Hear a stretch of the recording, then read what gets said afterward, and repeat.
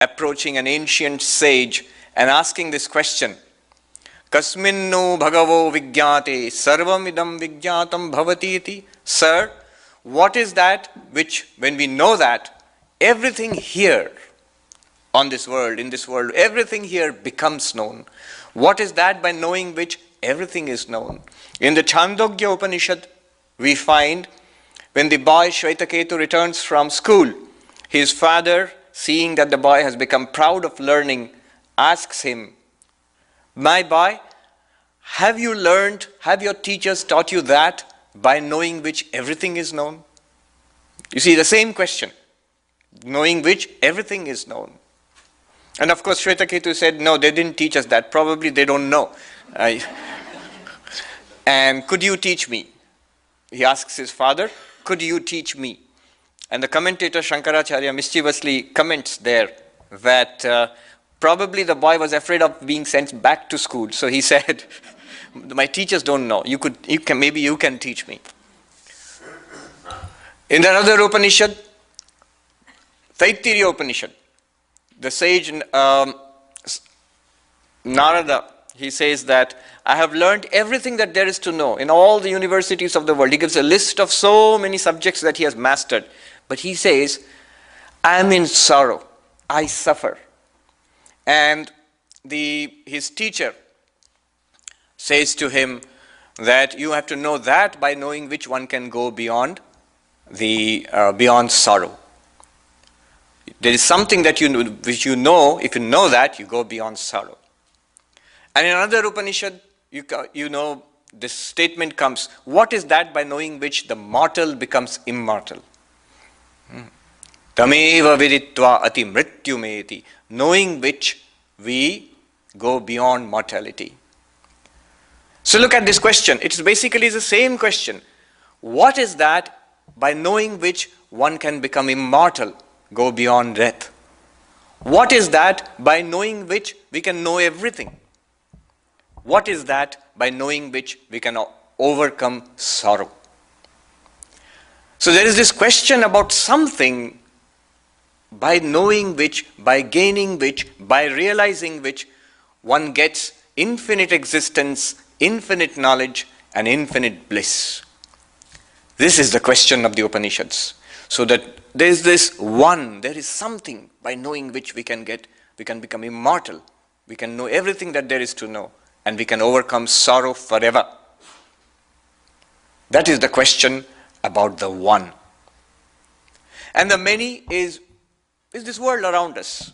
The world which we experience, the world which we live in, world of people and objects and living creatures and this non-living universe, and our own subjective lives of happiness and misery, hopes and expectations and frustrations, our limited lives, which are we are born, and the one thing certain in our lives is death. We seek knowledge, but our ignorance is vast, is unending. We seek joy and happiness. There's very little of pleasure and happiness which we can snatch from this world, surrounded by a sea of misery, an ocean of misery. So this is the many. This is the many in which we live our lives. And the promise of religion is the one. There are only two serious questions in spiritual life. There are only two serious questions in spiritual life. I'm reminded of the existentialist philosopher Albert Camus, who began his book, Myth of Sisyphus, with a bang. He says, there is only one serious question. Why should I not commit suicide? So there's only one serious question. Why should one not commit suicide? And he was not joking. He said, that is a serious question. In the same vein, there are only two serious questions in spiritual life. What are these questions? One is about God. How do I realize God? How do I find Brahman or Allah or the Father in heaven or Jehovah or the Tao or Nirvana? How do I get that? That's one question. And the other question is, how do I live this life? I still have a life to live. So how do I live in this life? These are the two questions in spiritual life. The only two serious questions, and all of religion and all of spirituality is an attempt to answer these two questions. It's very interesting to note how Master Mahashaya, the author of the Gospel of Sri Ramakrishna, the second time he met Sri Ramakrishna, the first serious questions he asked, before that he just got introduced to Sri Ramakrishna, he tried to argue with Sri Ramakrishna, he says, for the first and last time in my life. And after he decided not to argue with him anymore, he asked questions. He asked two questions. And I'll tell you these two questions, and you'll see what a remarkable person Master Mahashaya was. He asked the two most important questions. The first question he asked was, Sir, how do I keep my mind on God? The second question he asked was, Sir, how do I live in this world?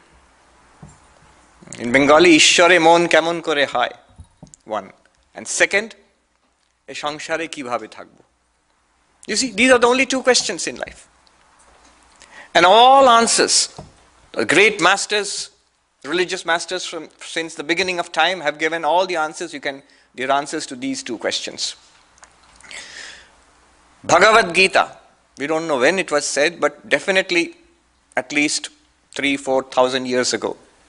On the battlefield, where there's a dialogue between God and man, between the divine and the human, maybe the most remarkable dialogue in all human history.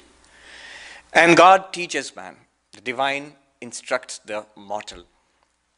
And the essence of that teaching essence of Krishna's teaching to Arjuna is Mam Anusmara Yudhyacha. Think of me, of God, and fight the battle of life. Both. Think of me and fight the battle of life.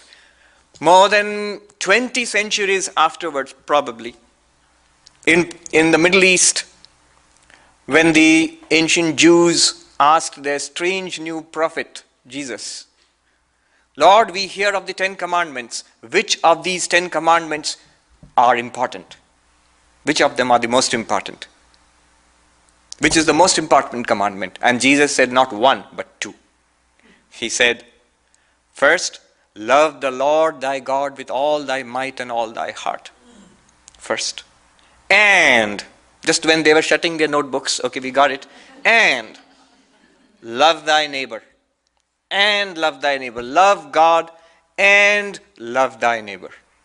You see, that and again. 2,000 years later, Swami Vivekananda, when he gave a formal form to the Ramakrishna order, and he had to give a motto, guiding motto to us. What did he say?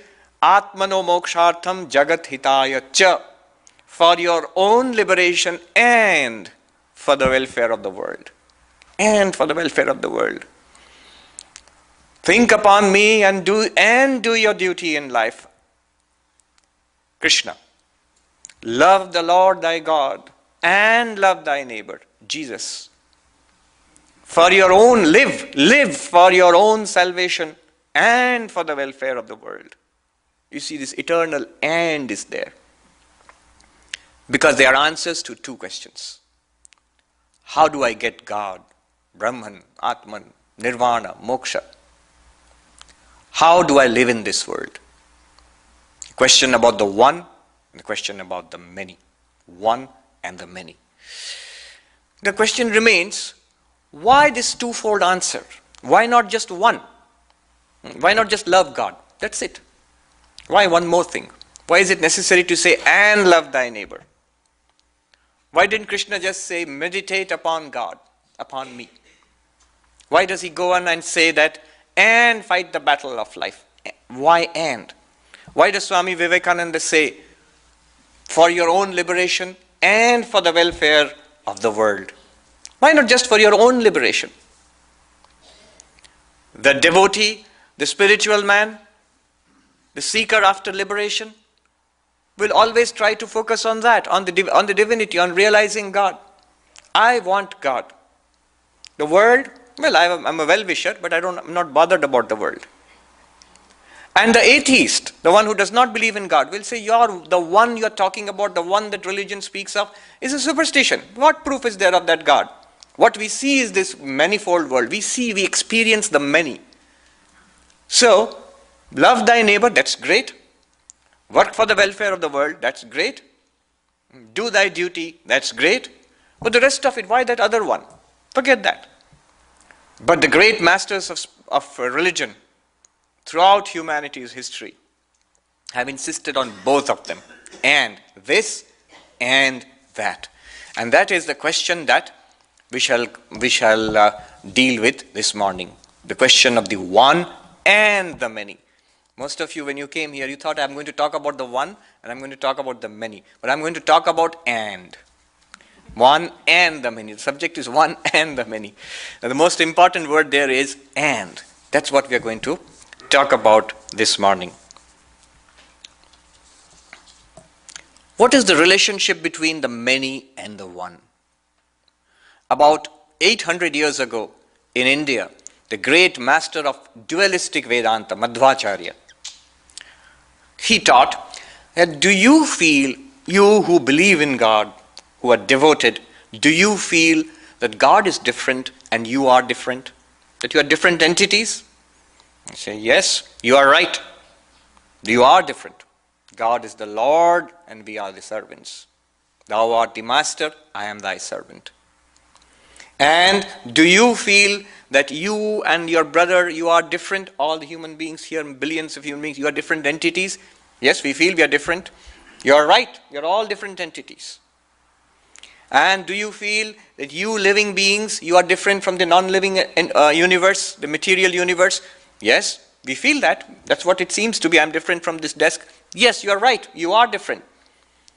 And the non-living universe, this material world, there are different entities. The desk is different from the chair and chair is different from the stage.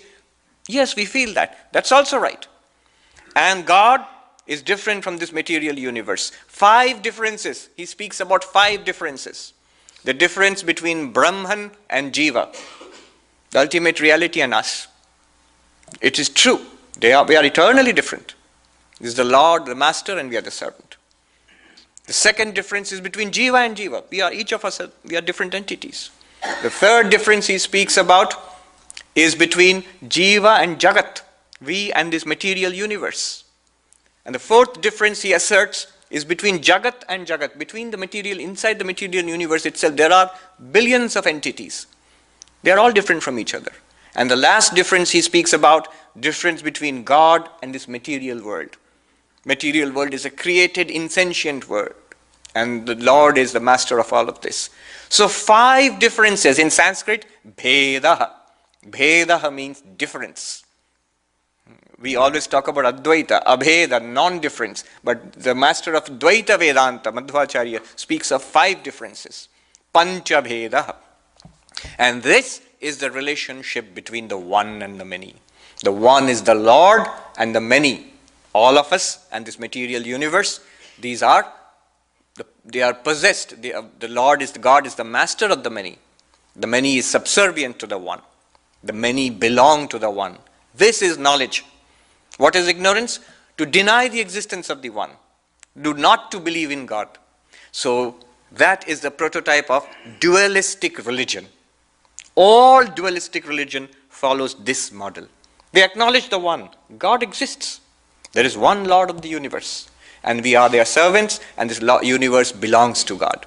So this is the approach of dualistic Vedanta.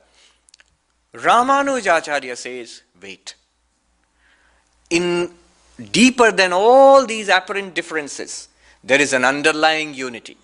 There is an underlying unity. Just like our hands are different from our feet, our belly is different from our head, they are different, but they are all part of one body. They are all parts of me, of my body. Just as body is the underlying unity of the different parts of the body, they all belong to me. They are all united in me, though they are different from each other. In the same way, Ramanujacharya, the great teacher of qualified non-dualism, Vishishtadvaita Vedanta, says that the many and the one are not different. The many and the one are not different. They appear to be different. The many all together, there is an underlying unity which is the one. The differences of the many are apparent, but they are reconciled in an underlying unity of God, of one. He says, all jivas, individual beings, are all parts of Brahman. Amsha. Amsha means part. We are all parts, he'd say Vishnu. We are all parts of Brahman, of Vishnu. Do come in. You can come and sit here. There are chairs here. Come. Come in. They are all parts of Brahman. And this insentient universe of rocks and, come on in. The universe of rocks and mountains and oceans and planets and atoms, all of these are also parts of that one underlying divinity. So that divinity, Brahman, is not different from the many. The one is not different from the many. Ramanujacharya says, Chid Achit Vishishta Brahma. The ultimate reality qualified by the conscious sentient beings and the insentient universe. The sentient and insentient beings are components, parts of that ultimate oneness which is Brahman. And hence the name Vishishta Dvaita. Vishishta means qualified. So Brahman qualified by all sentient beings like us and qualified by the insentient universe.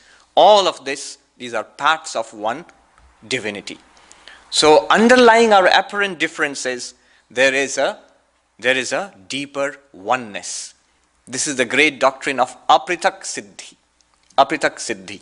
The Vishishtadvaita doctrine of Apritak Siddhi. That there is no independent existence of all things. They all are, they are all parts of one divinity. And that total divinity is called God. So the relationship between the one and the many, they are not different. Many are parts of the one. You go further, deeper. We come to Advaita Vedanta, the non-dual Vedanta, which holds that the many are not different from the one. The many are not parts of the one. The many are an appearance, the one alone is reality. The many are an appearance, the one alone is reality. Brahman alone exists. In what sense? When gold is made into a ring, when that ring is melted and made into a necklace is melted and made into a bracelet, there is no such thing as a ring, necklace and a bracelet apart from the gold. It is the gold alone which continues through the ring and the necklace and the bracelet. It is not that there is a necklace and there is a bracelet and there is a ring and there is gold. No. It is not even that the ring and the necklace and the bracelets are parts of gold. They are not parts of gold. They are not parts of gold. It is the gold alone which is real.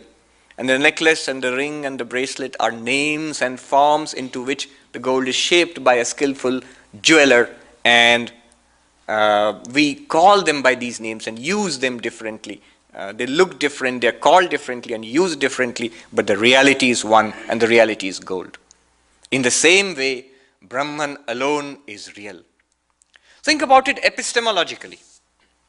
Epistemology is that branch of philosophy which speaks about knowledge. How do we know? Look at it this way. Follow this carefully.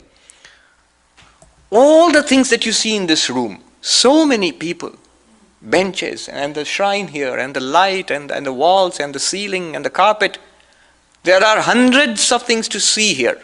But all of them are nothing but light reflected of objects which comes to your eyes. And in the eyes, all of these hundreds of forms are united into one thing called vision.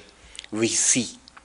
The one organ of vision unites in itself the hundreds and thousands of things that we see throughout the day and throughout our lives.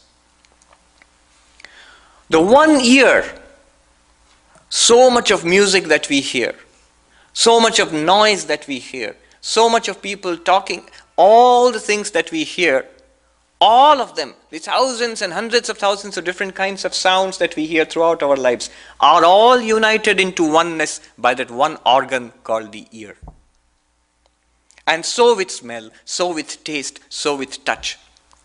Each sense organ by itself unites a multiplicity into oneness. And all these sense inputs, if you see something, you hear something, you smell something, taste something, all of that we understand through our minds, isn't it? We experience in our minds. So when it comes to the mind, whether it's something that you see, whether it's something that you hear, something that you taste or touch, when it comes to the mind, it all becomes thought. It all becomes thought. It all becomes thought. It's only when it becomes thought that we can think about it, we can know it in our minds.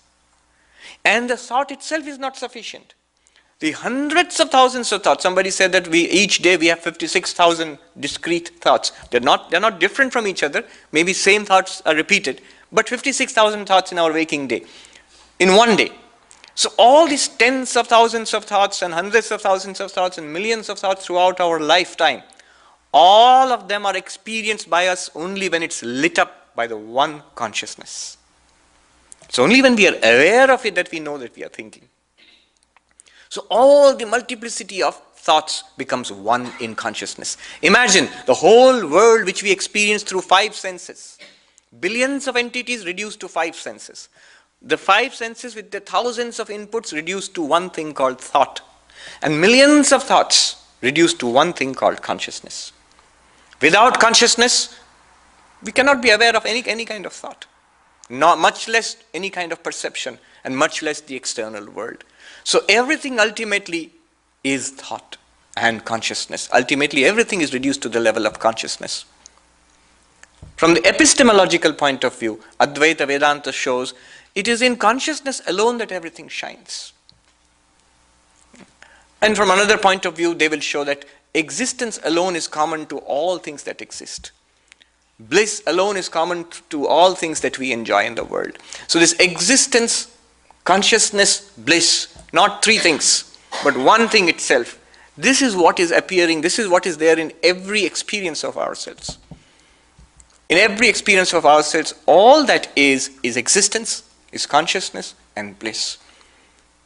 The variety is accounted for by name and form. And name and form have no existence of their own, no consciousness of their own, no bliss of their own.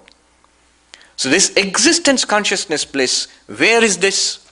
If we admit this oneness, where is this oneness? Advaita Vedanta tells us, Tat Tvam Asi, that thou art. You are that existence, consciousness, bliss.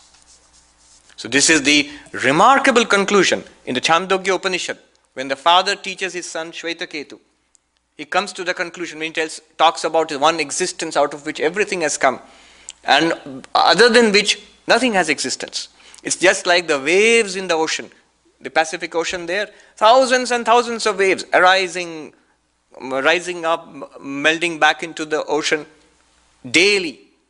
But all of them have no existence apart from the water in them. Imagine a wave out of which you suck all the water out of it. How much of the wave is left? Nothing. A little vague outline, nothing will be left. It is water alone which appears as the waves. In the same way, it is this existence which appears as entire universe with the help of Maya, names and forms, variety of names and forms. So the father is explaining this to the son, Shvetaketu, that smart little boy. And after listening to all this, Shvetaketu's attitude must have been, so, it's just philosophy, just theory. And then the father says dramatically, Tat Tvamasi Shvetaketu, that pure existence, it's not philosophy, it's not abstraction, it is what you are. Now nobody can ignore that, because the most important thing to ourselves, to myself, is I myself. The big vertical I, not this one. That's the most important thing to ourselves, I myself. And Shvetaketu's father tells him, this pure existence which I was talking about, it's no mere philosophy. It is not speculation. It is what you are. Tat Tvamasi Shvetaketu. And Shvetaketu says, it's not very clear. Could you tell me again? And the father repeats with new examples. And then again he repeats the same thing with new examples. Every time he explains it, he comes to the conclusion, Tat Tvam Asi Shvetaketu, that thou art, O Shvetaketu. Consider what a tremendous statement that is, that thou art. You are Brahman. We have all heard this. You've been coming to the Vedanta Society, so we've been hearing throughout our lives that there is one ultimate reality and we are that reality. I am God. Sounds nice. And maybe we come to hear that again and again, that you are God. Nice to be told that once in a while, that you are God. We don't feel God-like at all, but it's nice to hear that you are God. But there is another side to this statement which people do not, it's there. People do not bother to reflect upon that. I'll bring that out just now. This statement is even more explosive than we think it is. What could be more explosive than telling me that I am God or telling you that you are God? There's something even more explosive. Think about this. Tat tvam asi. That. Tat means that. That means God. Existence. Pure existence. Tvam means you, the individual.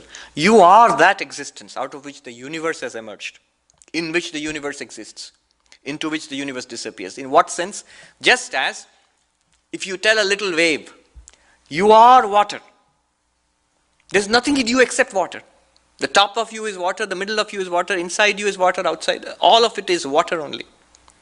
And everything else that you see in this ocean is water. Even the biggest wave is nothing but water. Even the little bit of foam is nothing but water. And you are that water. Tat tvam asi. That's what it means. In that sense, we are existence. But this is not all that it means. You are God. And tat tvam asi also means tvam tatasi. The opposite. God is you. What does that mean? It means something even more remarkable than you are God. When you say you are God or I am God, what it means is I am not the body. Definitely this limited body is not God. I am not the body. I am not the mind. I am the consciousness, which is the witness, existence, consciousness, bliss, which is the witness and the support of this body-mind. Mano buddhi hankara chittani naham. Shankaracharya sings, I am not the mind, I am not the ego, I am not memory, I am not the intellect, I am existence, consciousness, bliss, Shiva. I am Shiva. That's what he sings. The other way around, what is Shiva? What is God? What is Jehovah? What is Brahman? What is Vishnu, Kali? You. Just as when I say, I am God, you are God, it means that you are not the body and not the mind. When I say the opposite, God is you, it means apart from you, the real you. Apart from that, there is no Vishnu. There is no Shiva. Apart from you, there is no Shiva, no Durga, no Kali, no Vishnu, no Allah, no Brahman, no Jehovah, nothing. Apart from the real you. There is nothing more apart from that which you have to look for when you are looking for God. Tat tvamasi, tvam tatasi. Thou art that, and that is thou. That is thou. Works both ways. I am God means I am not the body, not the mind, not the senses. And therefore, I am not the old age of the body, doesn't affect me, it affects the body. I am not the sorrow, the misery or the frustration of the mind, it affects the mind. I am not the petty projects and goals of the mind, they belong to the mind. I am not those. And the reverse. I am existence, consciousness, bliss, I am God. The reverse is, there is no God apart from this existence, consciousness, bliss. There is no God apart from you. Think about it this way. Put both of them together. I am God and God is I. This is the tremendous import of Advaita Vedanta. Shankaracharya sums up Advaita Vedanta, non-dual Vedanta by saying, Brahma Satyam Jagat Mithya Jiva Brahmaivanapara. That ultimate reality, existence, consciousness, bliss, is the only reality. The world is false. The manifold world is false. And what about me? You're leaving me out. Which side? You are Brahman. Don't worry. You are that existence, consciousness, bliss. So we're a little worried. Am I real or am I false? Brahman is real. The world is false. And what about me? You are real. You are Brahman. You are Brahman and nothing else. So in terms of our question, one and the many, Shankaracharya has just said, the one alone is real, the many is false, and you are that one. That is Shankaracharya's position. So 3 positions. You're asking the question about the and. What is the relationship between one and the many? The dualist said the one and the many are different. And the one is the Lord, the Master, the possessor, and the many are the servants, are the possessions of the Lord. We belong to the Lord. Then qualified non-dualist Ramanujacharya said, the one is the whole, the many are the parts. We all constitute the one divinity, which is Brahman.